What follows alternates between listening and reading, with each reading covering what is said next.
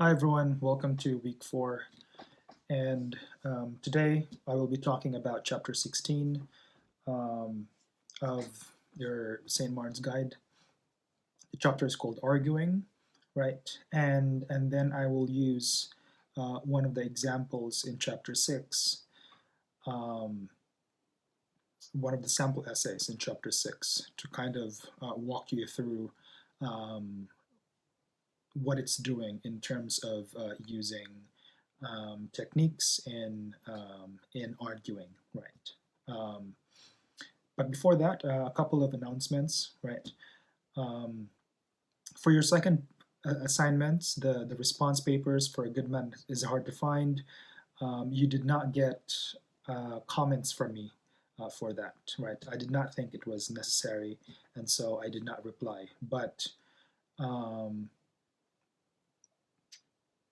if you're worried that I didn't get it or whatever, um, eventually I will be sending, usually a week after or a couple of weeks after, I'll be sending people who have not submitted their assignments, right? And I will give them a chance to submit it, right? Because things happen, right?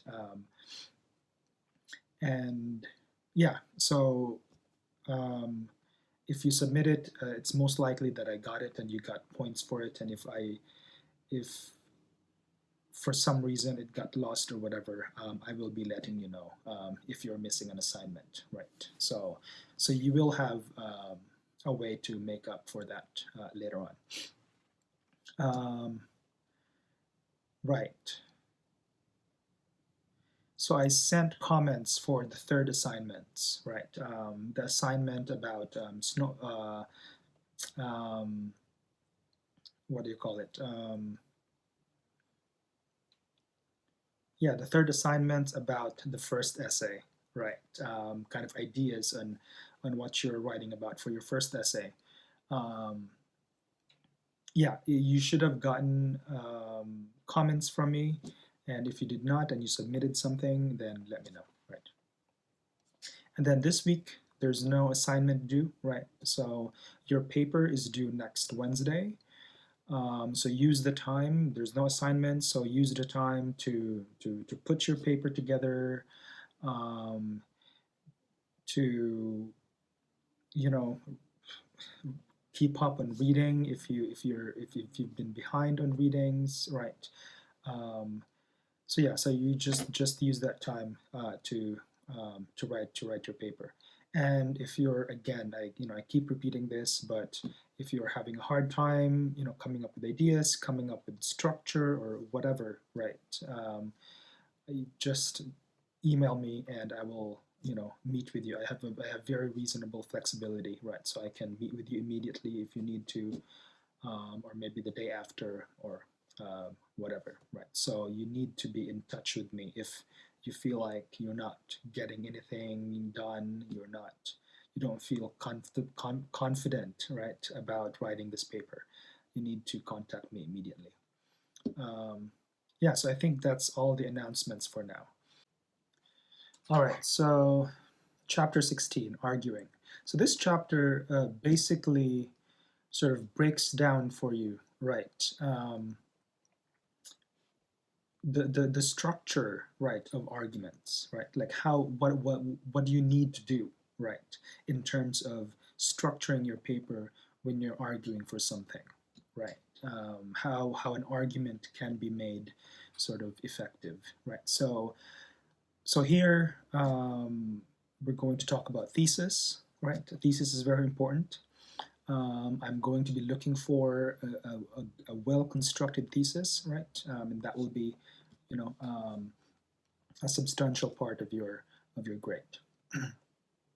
A well-constructed thesis that you will then be able to articulate throughout your paper, obviously. And we will talk about, yeah, so there's a thesis and using reason and support and examples, right? How to use outside sources, how to use statistics, facts, and things like that. Um, We will also be talking about responding to objections and alternatives, right? Acknowledging counter arguments, conceding, right? And refuting, right? And all of that. And then we will go through a little bit Daniel Solov's or Daniel Solov's article, Why Privacy Matters Even If You Have Nothing to Hide, right? So we'll kind of break that down and what he's doing. All right, so thesis, right? So as indicated here, thesis in a sentence or two, a thesis asserts or states the main point of any argument you want to make. It can be assertive only if you make it clear and direct, right? The thesis statement usually appears at the beginning of an argument essay, right? So I've said this before, your thesis should be the last couple of sentences of your introductory paragraph, right? That's where I'm going to be looking for it. And yeah, it has to be clear, it has to be sort of direct, and it has to summarize your argument, right? What is the issue? What are the two sides of the argument, right? And then which side are you sort of choosing to defend, right? Those sort of aspects, right, of your argument should be present, kind of, right, or indicated somehow in your thesis, right? Let's look at some examples here, right, on the thesis part. So there are different kinds of thesis, right? And for here they have examples of thesis for an arguing a position, right? And then there's a thesis for proposing a solution, which is our second paper, right?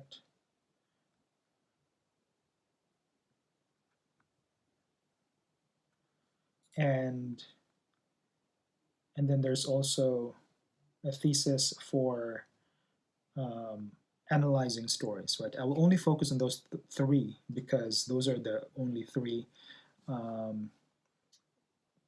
papers that we will be writing about, right? But feel free to kind of read through all of these examples, right? So there's assertion of opinion, there's assertion of policy, assertion of evaluation, assertion of cause, right? Assertion of story analysis, right? So these are all different kinds of thesis based on what kind of thing you're arguing for, right? So look through this and kind of imitate them, right, in the way that you're going to structure your thesis. So obviously the first one, we've read this before, right? When overzealous parents and coaches impose adult standards in children's sports, the result can be activities that are neither satisfying nor beneficial, right? That's by Jessica Statsky. Children need to play, not compete, right? So I've talked about this in detail last week, so I will just kind of, kind of reiterate, right, how it's direct, because it talks about not just all parents and coaches, right, but overzealous. So they're making it specific here, right? Standards in children's sports, right? So it's not just about sports, but children's sports specifically, right? And her argument really is just is specific, right? Because she is only arguing that the result can be activities that are neither satisfying nor beneficial to children, right? So she's really just saying that there are sort of some harmful effects to this, right? It's not like all children's sports are bad, right? But there are some harmful effects to doing this, right? So it's very clear, it's very specific, and it's well qualified, right? Let's look at assertion of policy here. So this will be your second paper, right? what is your understanding of the problem, and what do you think should be done to solve it, right? So for the second paper, you will be asked to propose a solution, right? The first paper, it's just asking you to argue a position, right? So no solution is needed there, right? But for the second paper, you're supposed to give us a solution, right? So let's look at the example here. Although this last-minute anxiety about midterm and final exams is only too familiar to most college students, many professors may not realize how such major, infrequent, high-stakes exams work against the best interest of students, both psychologically and cognitively. If professors gave brief exams at frequent intervals, students would be spurred to learn more and worry less. Right. So not only are we getting the two sides of the story, right, which is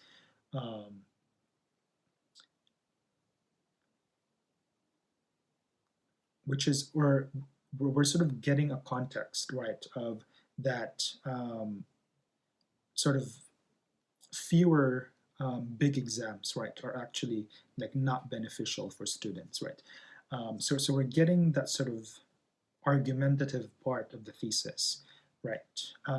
But then the last sentence, if professors gave brief exams at frequent intervals, right? So that is the solution part, right? So if you think about this, right, in terms of this essay, right, the first sentence really is a thesis for arguing a position, right? So there's a thesis for arguing a position, and then they added a solution, right?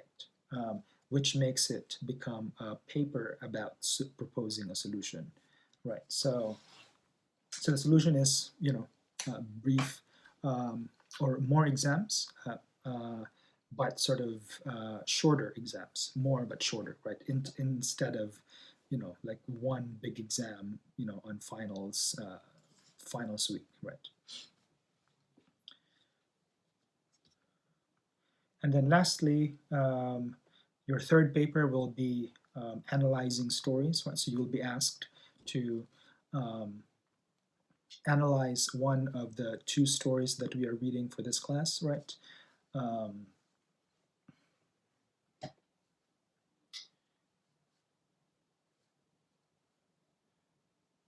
Right, I'll let you read this because it's hard to kind of talk about it without context, right? So I'll let you read that, and then we'll talk more about that later on as we sort of get into writing the third paper. All right, so the next section is giving reasons and support, right? So this section basically talks about, how to sort of defend your argument by using facts, statistics, right? Sort of reputable sources, how you're integrating your research, right, into your paper. And so this is, there's like several ways, right, to do this. And the first reason, right, is,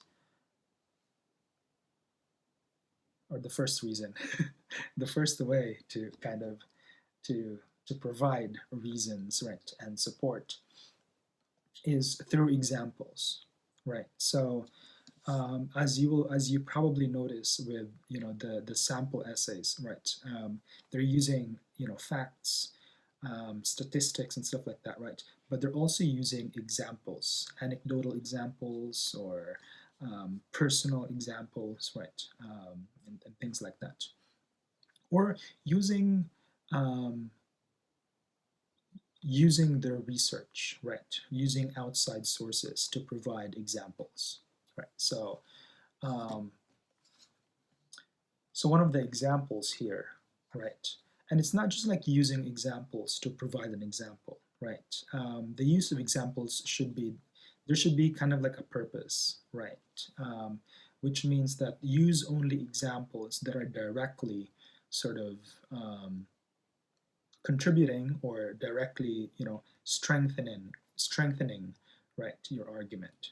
Um, and also, or you can use, different, or you can sort of use the same, or I guess use different contexts, right, to, or use examples, right, from different contexts, right. I was having a hard time kind of explaining that, but let's look at the example here, right. So this is the example on illiteracy in America, right. So um, this is an excerpt from a book by Jonathan Kozol about illiteracy in America, right? And here he is providing um, different examples, right, um, of how illiteracy affect people, right? But he's sort of portioned these examples into three different types, right? So the examples, there are examples that are sort of about um, about illiterate parents' sort of role in their children's education, right? And then there's also examples um, in sort of in healthcare, right? So let's read it. So illiterates cannot read the menu in a restaurant, right? They cannot read the cost of items on the menu in the window of the restaurant before they enter. Illiterates cannot read the letters that their children bring home from their teachers. They cannot study school department circulars that tell them of the courses that their children must be taking if they hope to pass SAT exams. They cannot help homework. They cannot write a letter to the teacher. They're afraid to visit the classroom. They do not want to humiliate their child or themselves. Illiterates cannot read instructions on bottle of prescription medicine. They cannot find out when a medicine is past the year of safe consumption, nor can they read of allergenic risks, warnings to diabetics, or the potential sedative effect of certain kinds of non-prescription pills. Right. So I'll stop there. So here he's giving examples, right, of the different ways that being illiterate, right, sort of disables you from, I guess, becoming an active part of society, right? Um, but also that there are actually kind of um, sort of what do you call it? There's health risks, right? So it's not just sort of like out of embarrassment, right? Or but there's sort of like real world kind of long term effect, right? If one is not able to sort of participate in sort of everyday life, right? Um, or everyday kind of like social life, right? So not being able to help their children's education, right? Is it detriment to their children's sort of like long-term educational future, right? Um, and then there's also the fact, right, that they could put their health at risk if they're not able to sort of read prescription medicines, right, and sort of basic instructions of how to consume medications and things like this, right? So I think I've not read his book, but it seems to me that what this argument, right, is about is to sort of address, right, um, the stakes, right, um, of literacy, right? What are the negative effects, right, if we do not sort of um, campaign, right, or improve um, literacy, right, in America. So these are his examples for that. So, so the examples, right, can be taken from different contexts, right?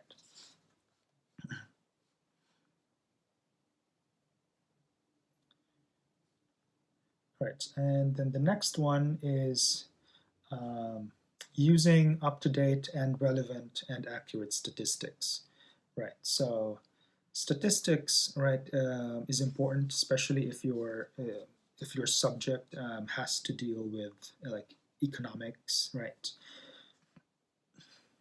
Which everything seems, we live in a capitalist society, so everything has to do with economics, right? It's not just about health, but what are the economic sort of benefits, right? That's always kind of, how everything um, is sort of phrased in America as an argument, right? So it's not just moral to do something, but it's also economically sound, right? Which is a problem, but you know, I'm not. I don't have the time to explain to you why that is. Um, but yeah. Anyway, a lot of the arguments, right, especially political arguments about something, always has to do with economic um, benefits and so on and so forth. Right. And so when you're talking about economics, right, it seems that numbers always come up, right? 50% of people say that blah, blah, blah, or, 7% of something. So, that would be, if your argument has something to do with economics or something, statistical, right? Then you would really want to use statistics, accurate statistics, right? Um, and sort of like relevant numbers that sort of make your or back up, right, your argument. So yeah, so read the examples here. You need to provide the numbers, and also you need to provide where you're getting, um, cite the sources, right? So let's see here.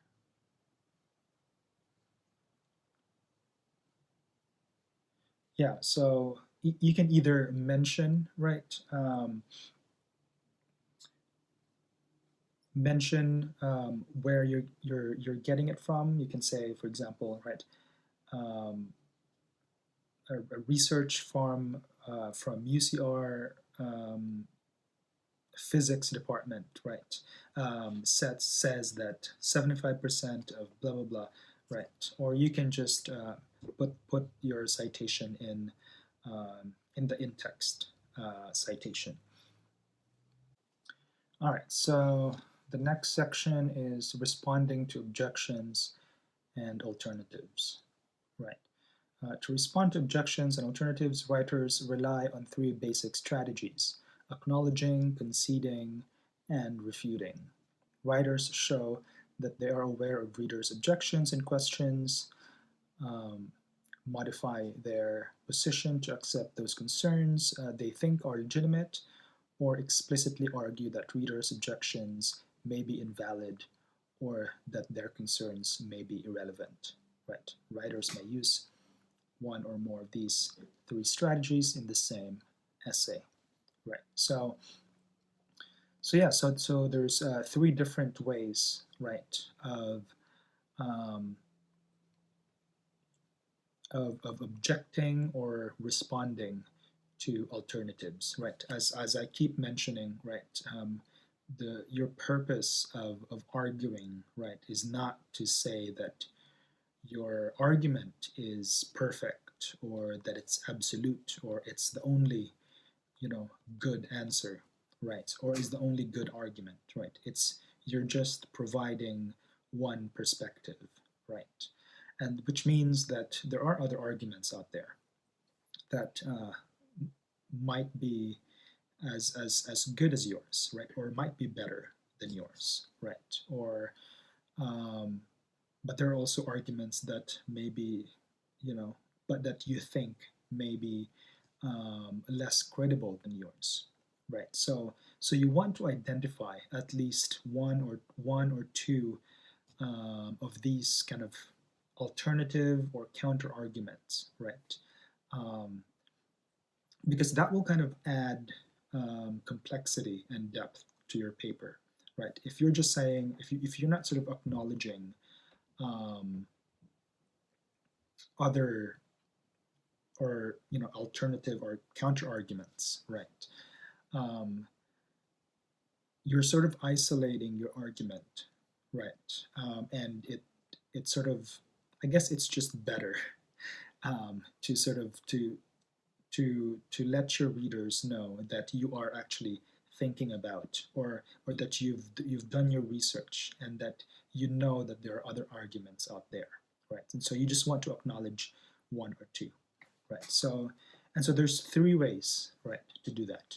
And one is acknowledging it, right? And sometimes you just need to acknowledge, oh, like this, and you don't have to like address it, or you don't have to argue against it, right? You just have to acknowledge that some people are thinking about it in this way that's slightly different from mine, right?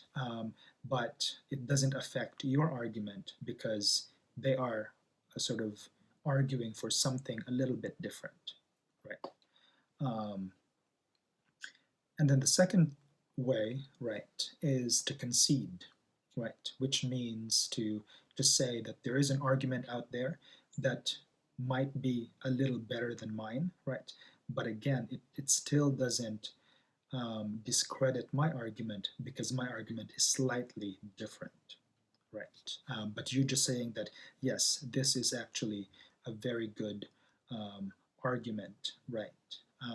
And um, but again, right, it should not sort of, you're acknowledging it, and you're also saying that um, this is a good argument, right? That you're not sort of like willing to sort of um, interact with, right? Because that's not what you're trying to do, right? Um, and then there's a refutation, right? Which means you're refuting or you're arguing against that objection, right? So if there is an objection out there that you think is actually not a good point of view, or you think that your argument is sort of um, discrediting, right? And so you want to mention that. You're saying that, yes, some people say X, Y, and Z about this argument, but in fact, based on what I've observed and based on what I've argued, they are actually wrong, right? Or they actually sort of misrepresent um, X, Y, and Z, right? Or something like that. So that's refutation, where you're directly sort of discrediting or directly going against other people's objections, right? So you don't have to use all three, right? You can just choose one, right? Or maybe two, but you can use three if you want to. It's just that the paper is not long enough, right, to have to deal with a lot of things, right? So I suggest just choosing one or two sort of objections out there, right, and then address them in your paper. Yeah. And I will discuss this further as I talk about the sample essay. So now let's talk about the sample essay. The sample essay is in chapter 6. Let me look at it.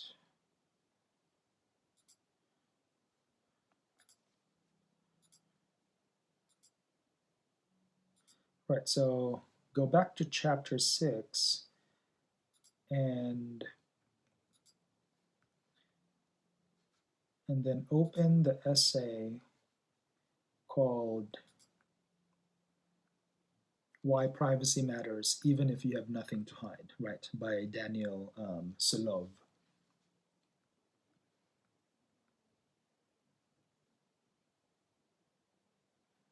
Right, so basically Solov is arguing against this mentality, right, that a lot of people, I think, feel, right, that they don't really care too much about um, being spied on or being sort of although I also see a lot of students, a lot of people who own computers and iPads and things like that, where they cover right the camera, so that no one can kind of hijack their computer and look into sort of um, um, or look at them right through their computer or phone's cameras. Um, and so, so a lot of people are worried about privacy, but there are also a lot of people who just don't care, right? Because for them, I have nothing to hide. I'm not doing anything illegal, whatever that means. Um, and so, I don't care, right? So some people are actually think like this. Um, and and so Solov is arguing against that mentality, right? He's arguing that even if you have nothing to hide, right? I mean, I feel like we all have something to hide, but even if you feel like you have nothing to hide, right, you should still be concerned with your privacy, right, being invaded by the government, by corporations, by big companies, tech companies, and so on and so forth. Right? You should still be concerned because X, Y, and Z. Right? So, so that's what he's arguing about. Right? For people not to be too lenient with the mentality that you know um, I don't care about privacy because I have nothing to hide. Right? So, so let's read his um, the introduction here, right? So this is the first paragraph. And if you notice on the right-hand side of the essay, there are numbers, right? So that those are paragraph numbers, just in case you haven't figured out yet. And it's a good way to kind of follow, yeah, because I will be saying, oh, let's look at paragraph 6, paragraph 7, and all you have to do is look on the right, and that's where the paragraph number is. All right, so when the government gathers or analyzes personal information, many people say they're not worried. I've got nothing to hide, they declare. Only if you're doing something wrong should you worry, and then you don't deserve to keep it private. Right? The nothing to hide argument pervades discussions about privacy. The data security expert Bruce Schneier calls it the most common retort against privacy advocates. The legal scholar Jeffrey Stone refers to it as an all too common refrain. In its most compelling form, it is an argument that the privacy interest is generally minimal, thus making the contest with security concerns a foreordained victory for security. Right. So here, right, in the opening, he's sort of enumerating, right, the different ways that people have sort of voiced their opinion about not caring about their privacy, right? Because, as they say, they have nothing to hide, right? So he is sort of um, structuring the introduction as kind of narrating, right, the other side of the argument, right? What he will then be arguing against, right? So he's kind of talking about this is what people are saying, right? And then he will be eventually arguing against that, right? So that's a good way, I think, to open your paper as a way of introduction, right? Is to um, is to kind of frame your introduction, right, based on the argument of the other side that you will be arguing against, right? Because then that will give your reader, right, a better kind of background on what your argument is going to be against, right? And so his his thesis here is on the last sentence, right, of this paragraph.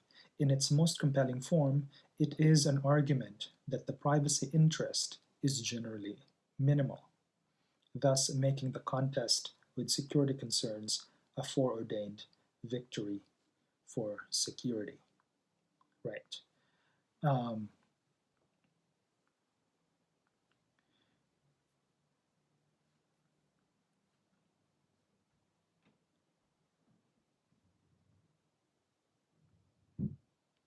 right. So because a lot of people, right, think that it is a kind of like a simple, um,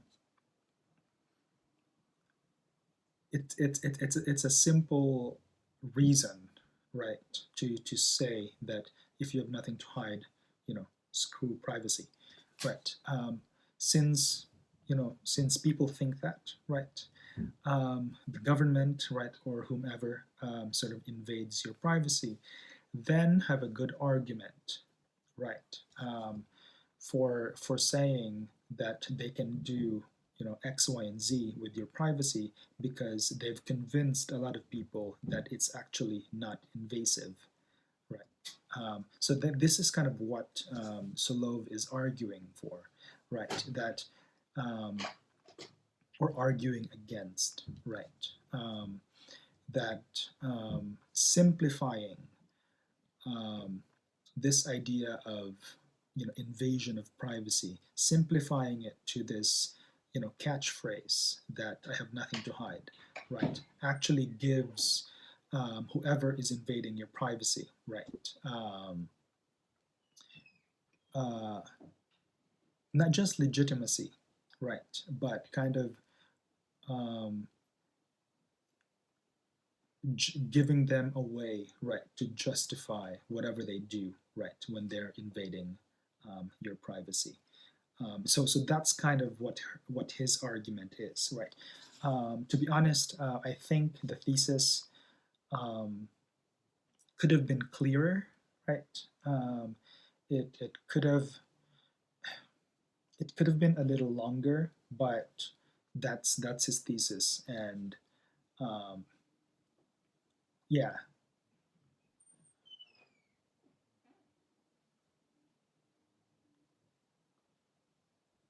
yeah. I think it could have been kind of extended a little bit more, um, but that's yeah, that's how he's sort of like framing his argument. All right, let's read paragraph 2. The nothing to hide argument is everywhere. In Britain, for example, the government has installed millions of public surveillance cameras in cities and towns, which are watched by officials via closed circuit television. In a campaign slogan for the program, the government declares, "If you've got nothing to hide, you've got nothing to fear." Variations of nothing to hide arguments frequently appear in blogs, letters to the editor, television news, interviews, and other forums. One blogger in the United States, in reference to profiling people for national security purposes, declares, "I don't mind people wanting to find out things about me. I've got nothing to hide," which is why I support efforts to find terrorists by monitoring our phone calls. Right, so here he is giving us an example, right? Um, but also giving us more examples of what sort of um, what people say, right, about this nothing to hide um, argument. But he's also connecting it, right, to the fact about how it's been this idea of privacy, right, and the government's ability to pry on your privacy for sort of security purposes, right, or for um, I don't know, national interest or whatever, right?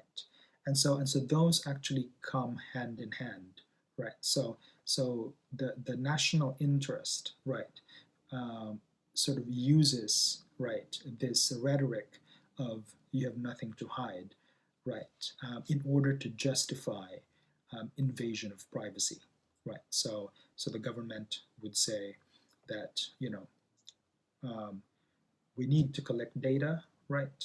Because for security purposes, right? But you should feel safe in the fact that if you are not a criminal or you are not, some terrorist or whatever, right, that you will be fine, right? So um, national security, right, um, has also fed right into this idea of nothing to hide, right? In order for them to um, to have more access, right, to people, right? So connecting those two, right? And then paragraph 3, I think this is where he sort of builds his argument, right? On the surface, it seems easy to dismiss the nothing to hide argument. Everybody probably has something to hide from somebody, right? As Alexander um, Solzhenitsyn declared, everything is guilty of something or has something to conceal. All one has to do is look hard enough to find what it is. One can usually think of something that even the most open person would want to hide.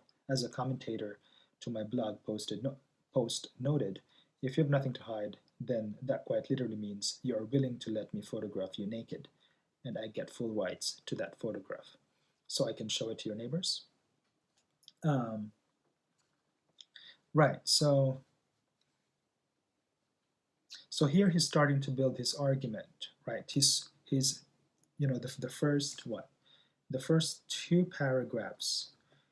Oh my God, I just lost it.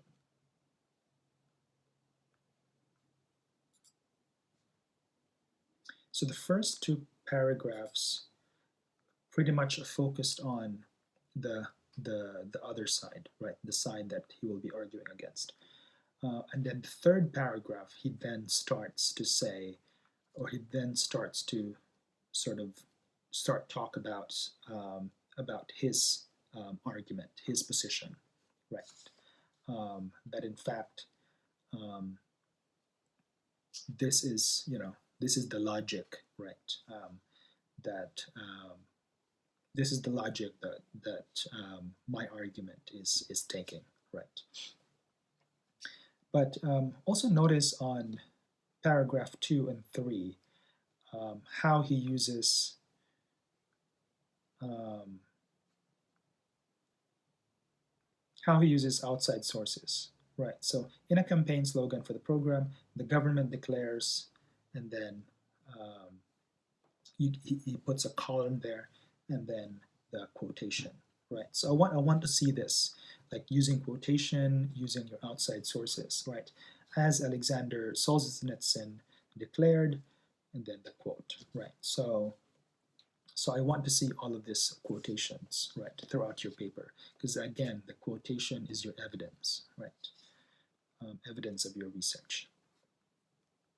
All right, now I want to jump to paragraph 11. So paragraph 11, I'm going to read it. One such harm. So here he's giving a lot of examples, right? But this is one example on paragraph 11. One such harm, for example, which I call aggregation, emerges from the fusion of small bits of seemingly innocuous data. When combined, the information becomes much more telling. By joining pieces of information we might not take pains to guard, the government can clean information about us that we might indeed wish to conceal. For example, suppose you bought a book about cancer. This purchase isn't very revealing on its own, for it indicates just an interest in the disease.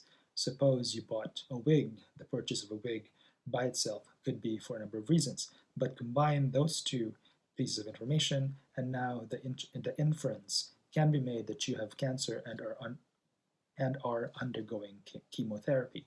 That might be a fact you wouldn't mind sharing, but you'd certainly want to have the choice, right? So he's saying here, right, that the sort of like the little bits and pieces of information, right, that you allow, companies, the government, right, to have access, even if they seem simple or kind of, you know, they're not like they're unimportant, right, information. Um, he's saying here, right, that someone could sort of put some pieces together, right, and then kind of suggest that you are this or you are that because X, Y, and Z, right? So he's saying that all these like little things that make us feel like we have nothing to hide, right, could actually be used against us, right? Even if it may be true or not, right, but could be sort of put together to kind of um, to make a narrative about us, right? That might be, um, you know, very bad for us, right? So that's him sort of providing right examples on how this might happen. Um, Another potential problem with the government's harvest of personal data is one I call exclusion. Exclusion occurs when people are prevented from having knowledge about how information about them is being used, and when they are barred from accessing and correcting errors in that data. Many government national security measures involve maintaining a huge database of information that individuals cannot access. Indeed, because they involve national security, the very existence of these programs is often kept secret. This kind of information processing, which blocks subjects' knowledge and involvement, is a kind of due process problem. It is a structural problem involving the way people are treated by government institutions and creating a power imbalance between people and the government. To what extent should government officials have such a significant power over citizens? This issue isn't about what information people want to hide, but about the power and the structure of the government. Right. So um, another example, right? But instead of like the last example, I'm on paragraph 12, by the way. So the last example, right, had to do with how the sort of the government or someone, right, can put sort of pieces of information together and suggest something about you, right? Now we have another example, but this one has more to do with how much sort of power, right, the government actually accumulates by taking in personal information from its citizens, right? And so this is sort of it's another example, but it's a different layer, right? It's another sort of context for arguing against this kind of invasion of privacy, right? So these are just kind of it's really important, right, that you read um, these examples, right, and kind of figure out what they're doing and how they're using examples, how they're citing their sources, how they're incorporating quotations, right, how they're writing their thesis, um, because this is kind of what I will be looking for when I'm grading your paper, right? So yeah, so I hope this lecture was useful to you, and again, if you have any questions or concerns about anything, um, I'm just an email away. But also, please try to show up on Friday's Zoom meeting um, for questions, or if you just want to run your idea past me, I'll be happy to do that. On Friday, I will also we will do the Zoom meeting right from say 11 to 11:50, right? It might be earlier if there are no more questions from people, but I will stay after the Zoom meeting if some folks have questions that they want to um, sort of ask one-on-one, right? So I'll stay a little bit longer to address kind of questions more individually, right? So you know. So hopefully you show up if you have questions about anything. All right, I think that's it for now, and Again, I will be sending you a copy of my notes if you want to follow um, using my notes. But yeah, that's it. I will see you on Friday, hopefully, or next week. Bye.